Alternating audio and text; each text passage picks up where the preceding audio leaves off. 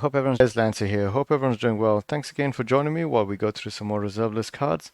Please like and subscribe, and let's see if we can get to 1,000 subs. It's a big jump, I know, but it'll be great. Thanks again, and let's get to it.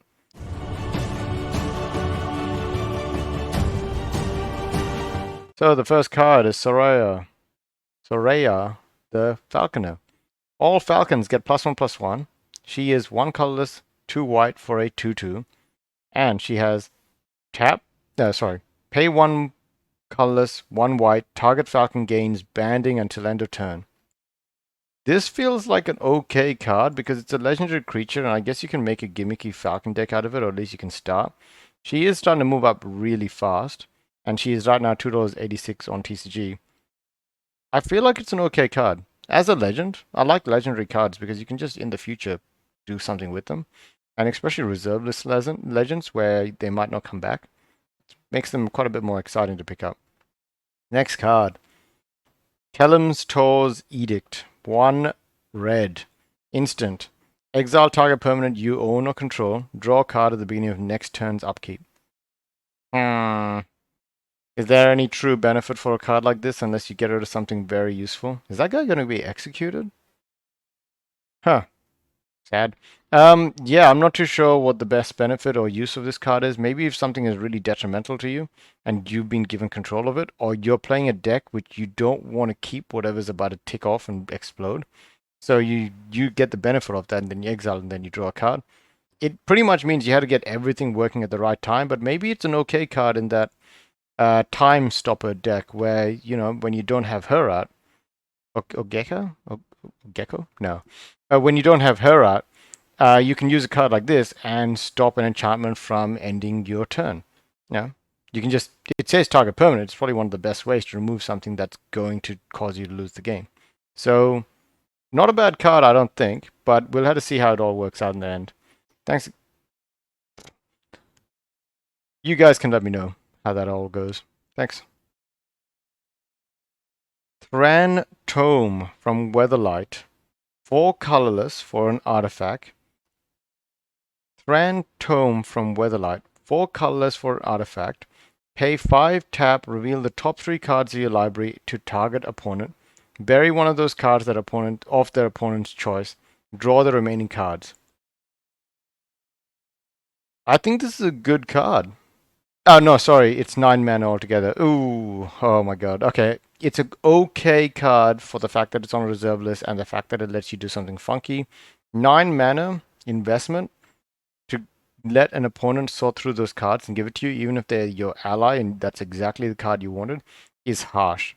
It might be better if they sorted like the first 20 cards or something and then they gave you something you wanted or they wanted you to have. It's $2.82 on TCG, but I just don't know what the overall benefit for a card like this is. Interesting though.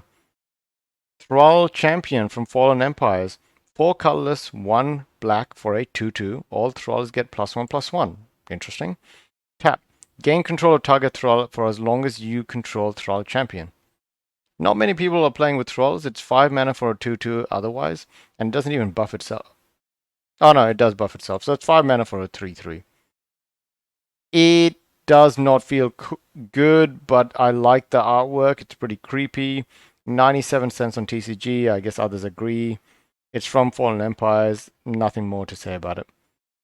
Torras Gate from Fallen Empires. 1 colorless, 2 black for enchant land you control. Sacrifice a Thrall. Put 3 time counters on Torras Gate. At the beginning of your upkeep, remove a time counter from Torras Gate. If there are no time counters on the gate, sacrifice it.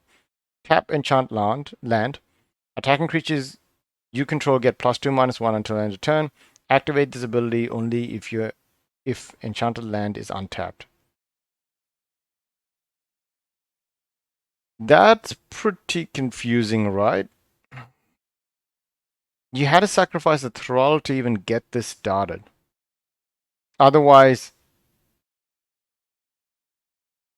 I guess you could use it as a one-time effect where it pumps up all your creatures, because what you can do is you can pay 3, put it on a land that hasn't been tapped, immediately tap that land, all attacking creatures get +2/-1, and then the next turn it goes away.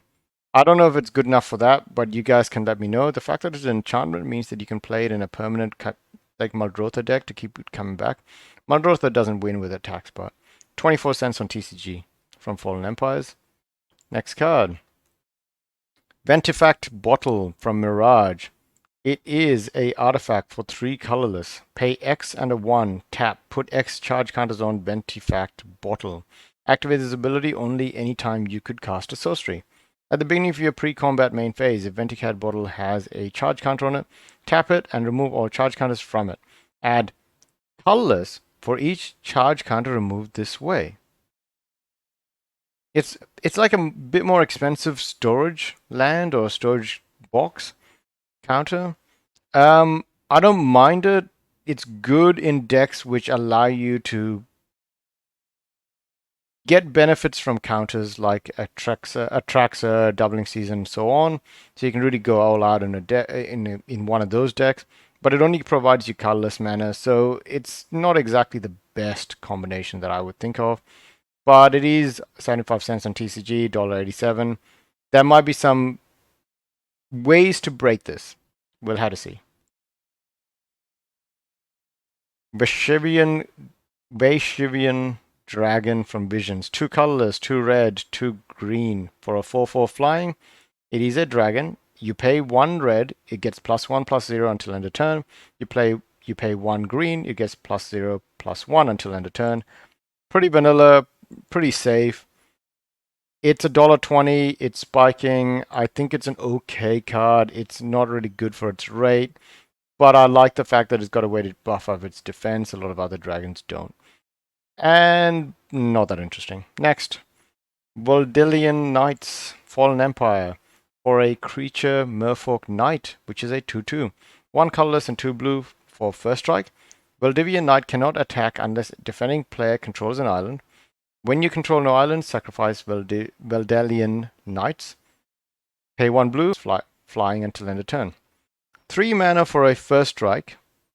Merfolk is not bad in the reserve list. It's 39 cents on TCG from Fallen Empire. Is very, very cheap for what I think is probably an okay card. But then again, Knights really aren't blue and Merfolk normally, so it's not like it's going to win any deck inclusions into that kind of a deck. Maybe on the Merfolk side.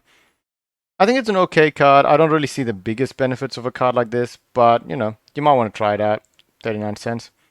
Wandering Mage. Wandering Mage is a white, blue, black creature, human, cleric, wizard, 0/3.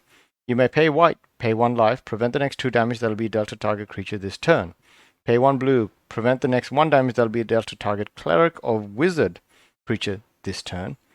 Pay 1 black, put a -1/-1 counter on a creature you control. Prevent the next 2 damage that will be dealt to target player this turn. Lots of abilities. Not that beneficial. They all come with a restriction of some kind.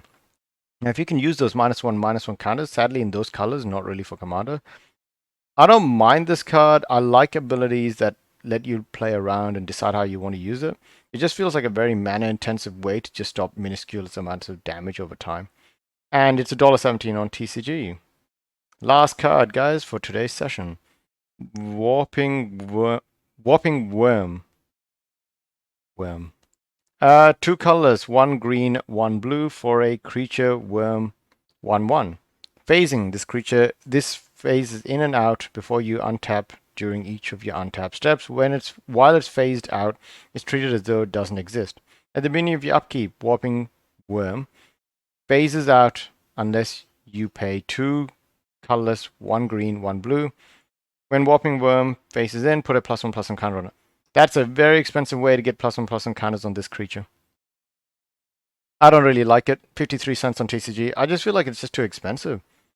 There's better ways and better places to get +1/+1 counters from. So you guys can let me know. Sorry, I might have stumbled a bit for that one. I'm kind of out of it.